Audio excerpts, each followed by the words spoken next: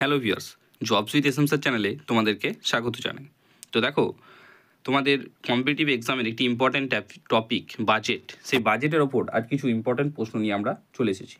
তো দেখো, তোমরা জানো কিছুদিন আগেই আমাদের ইন্ডিয়ার কেন্দ্রীয় সরকার বাজেট পেশ করেছেন। তো সেই বাজেট থেকে আমাদের আপকামিং বিভিন্ন কম্পিটিটিভ এক্সামে বা যে এক্সামগুলো রানিং চলছে সেই সমস্ত এক্সামে এই বাজেট টপিক থেকে কী কী প্রশ্ন আসতে পারে সেইগুলো নিয়ে আমরা আলোচনা করব।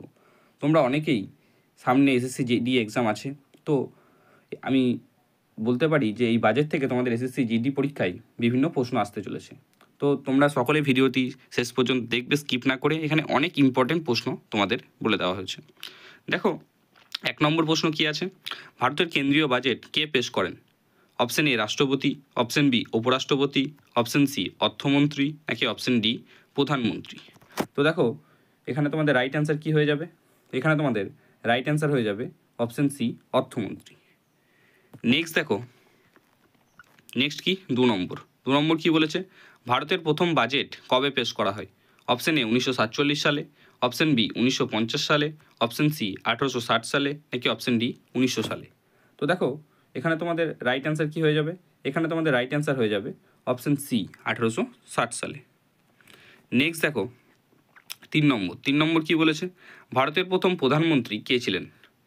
Option A Jawaharlal Nehru, option B Manmohan Singh, option C আর কে সামুন্নচেট্টি, নাকি অপশন ডি বি আর আম্বেদকর।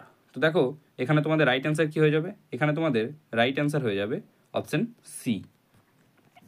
নেক্সট দেখো 4 নম্বর কি বলেছে? ভারতের বাজেট কত বছরের জন্য প্রস্তুত করা হয়, অর্থাৎ কত বছর পর পর সেটা পেশ করা হয়? দেখো, অপশন এতে আছে 15 বছর, অপশন বিতে আছে 11 বছর, অপশন সিতে আছে 10 বছর, নাকি অপশন ডিতে আছে 11 বছর। তো দেখো, এখানে তোমাদের রাইট অ্যান্সার কী হয়ে যাবে? এখানে তোমাদের রাইট অ্যান্সার হয়ে যাবে অপশন ডি। ঠিক আছে, এখানে তোমাদের রাইট অ্যান্সার হয়ে যাবে অপশন ডি 11 বছর। কিন্তু যদি আমাদের এখানে প্রশ্ন আসতো, এই প্রশ্নটাও বিভিন্ন এক্সামে এসেছে বা আপকামিং বিভিন্ন এক্সামেও আসে।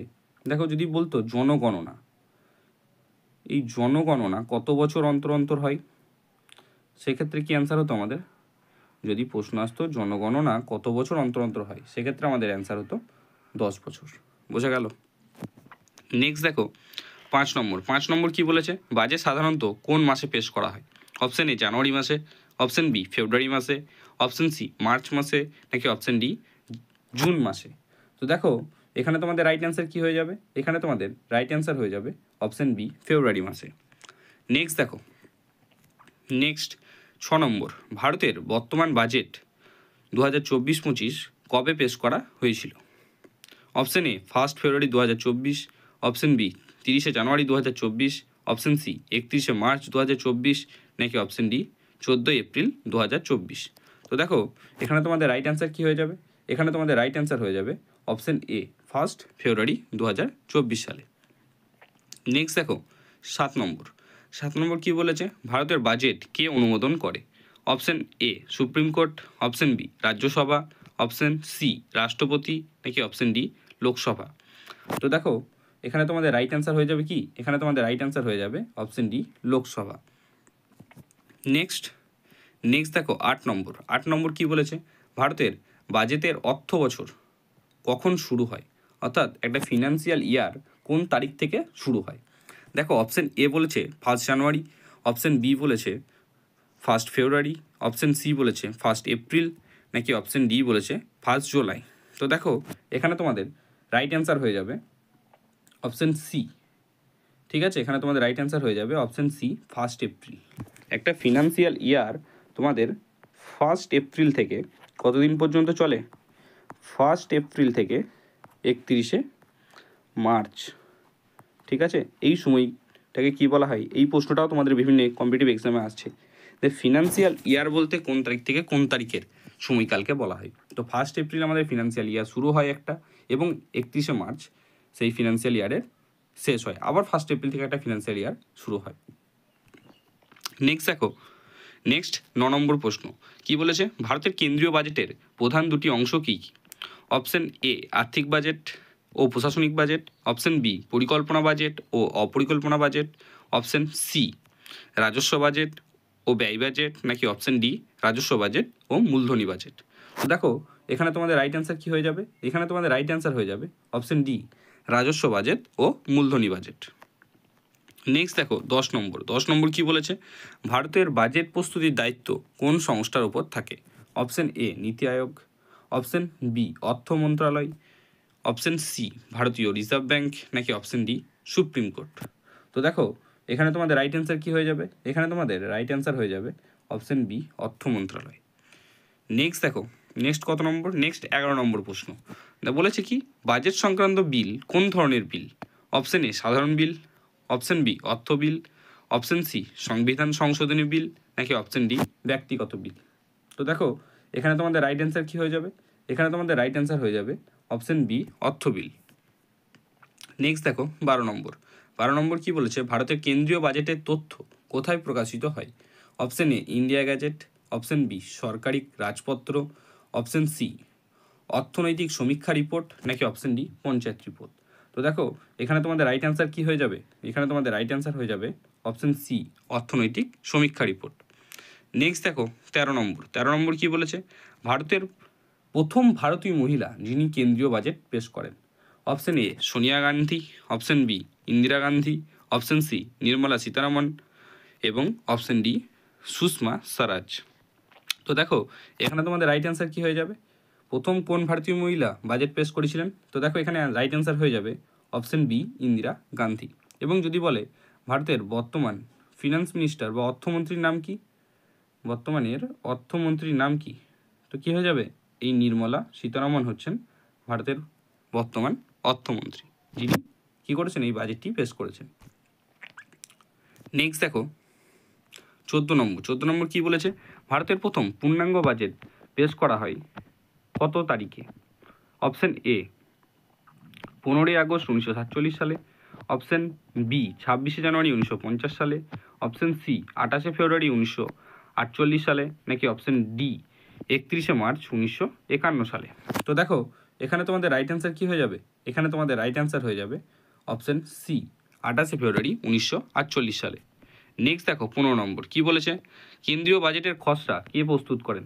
অপশন এ কেন্দ্রীয় সরকার, অপশন বি নীতি আয়োগ, অপশন সি অর্থ মন্ত্রণালয়, নাকি option D reserve bank of India?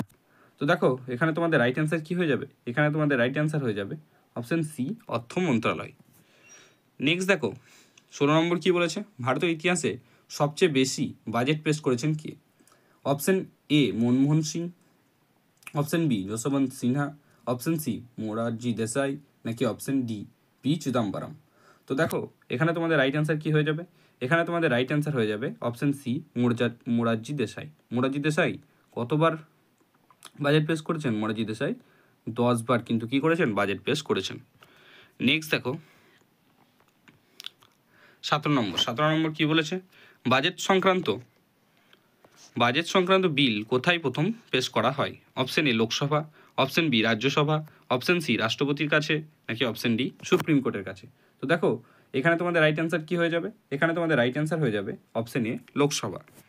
Next দেখো 18 নম্বর কী বলেছে? অর্থনৈতিক সমীক্ষা সাধারণ বাজেট পেশের কতদিন আগে প্রকাশিত হয়? অপশন এ 1 সপ্তাহ, অপশন বি 5 সপ্তাহ, অপশন সি 11 দিন, নাকি অপশন ডি 1 মাস? তো দেখো এখানে তোমাদের রাইট অ্যান্সার কী হয়ে যাবে? দেখো এটা তোমাদের 11 দিন নয়, এই অপশানটা একটু ভুল আছে, ঠিক আছে? এটা 1 দিন হবে, ওকে? এটা 1 দিন হবে এবং অপশন সি তোমাদের এটা রাইট অ্যান্সার হয়ে যাবে। নেক্সট দেখো 19 নম্বর ব্যয় বাজেট প্রধানত কাকে নির্দেশ করে? অপশন এ সরকারি রাজস্ব সংগ্রহ, অপশন বি সরকারের মোট ব্যয়, অপশন সি সরকারি ঋণ, নাকি অপশন ডি ট্যাক্স ছাড়? তো দেখো এখানে তোমাদের রাইট অ্যান্সার কী হয়ে যাবে? এখানে তোমাদের রাইট অ্যান্সার হয়ে যাবে অপশন বি সরকারের মোট ব্যয়। নেক্সট দেখো 20 নম্বর কী বলেছে? কোন সংস্থা ভারতের বাজেটের হিসাব নিরীক্ষণ করে? Option A supreme court, option B ভারতের মহা হিসাব নিরীক্ষক বা ক্যাগ, নাকি option C reserve bank of India, option D অর্থ মন্ত্রণালয়? তো দেখো এখানে তোমাদের রাইট অ্যান্সার কী হয়ে যাবে? এখানে তোমাদের রাইট অ্যান্সার হয়ে যাবে অপশন বি ক্যাগ বা অর্থ মহাহিসাব নিরীক্ষক। নেক্সট দেখো 21 নম্বর কি প্রশ্ন আছে দেখো, কোন সাংবিধানিক ধারা অনুযায়ী কেন্দ্রীয় বাজেট পেশ করা হয়? অপশন এ 110 নম্বর ধারা, অপশন বি 112 নম্বর ধারা, অপশন সি 118 নম্বর ধারা, নাকি অপশন ডি 123 নম্বর ধারা। তো দেখো এখানে তোমাদের রাইট অ্যান্সার কি হয়ে যাবে? এখানে তোমাদের রাইট অ্যান্সার হয়ে যাবে অপশন বি 112 নম্বর ধারা। এবং 110 নম্বরে কি আছে? তোমাদের অর্থ কমিশনের কথা বলা হয়েছে। 110 নম্বরে অর্থ কমিশনের কথা বলা হয়েছে, আর বাজেট পেশের কথা বলা হয়েছে 112 নম্বর ধারাতে। তো দেখো যারা আজকের এই ভিডিওটি বা আমাদের চ্যানেল নতুন প্রথম দেখছো বা আমাদের চ্যানেলে যারা নতুন আছো, তারা চ্যানেলটিকে সাবস্ক্রাইব করবে এবং ভিডিওটি শেষ পর্যন্ত দেখবে, কারণ এই ধরনের বিভিন্ন ট্রেন্ডিং টপিকের ওপর যেগুলো তোমাদের এক্সামে ওরিয়েন্টেড প্রশ্ন আসতে পারে বা এক্সাম ওরিয়েন্টেড টপিক, সেই টপিকগুলো নিয়ে ডিটেলস ভিডিও আমরা পার্ট করে নিয়ে আসছি। তো যারা চ্যানেল নতুন আছো অবশ্যই চ্যানেলটিকে সাবস্ক্রাইব করে আমাদের পাশে থাকবে, যাতে এই ধরনের নিত্য নতুন ভিডিওগুলি তোমরা আপডেট সবার আগে পেয়ে যাও। নেক্সট দেখো, নেক্সট 22 নম্বর কি বলেছে? অর্ধবার্ষিক বাজেট কি?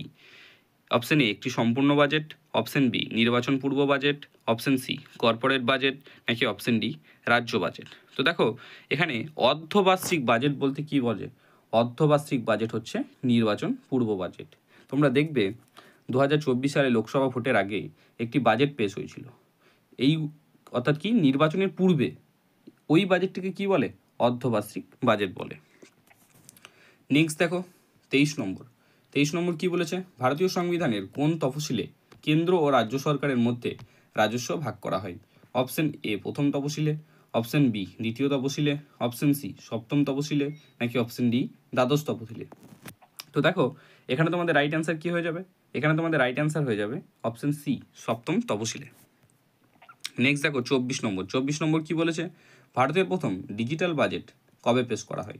অপশন এ 2021 সালে, অপশন বি 2022 সালে, অপশন সি 2018 সালে, নাকি অপশন ডি 2023 সালে।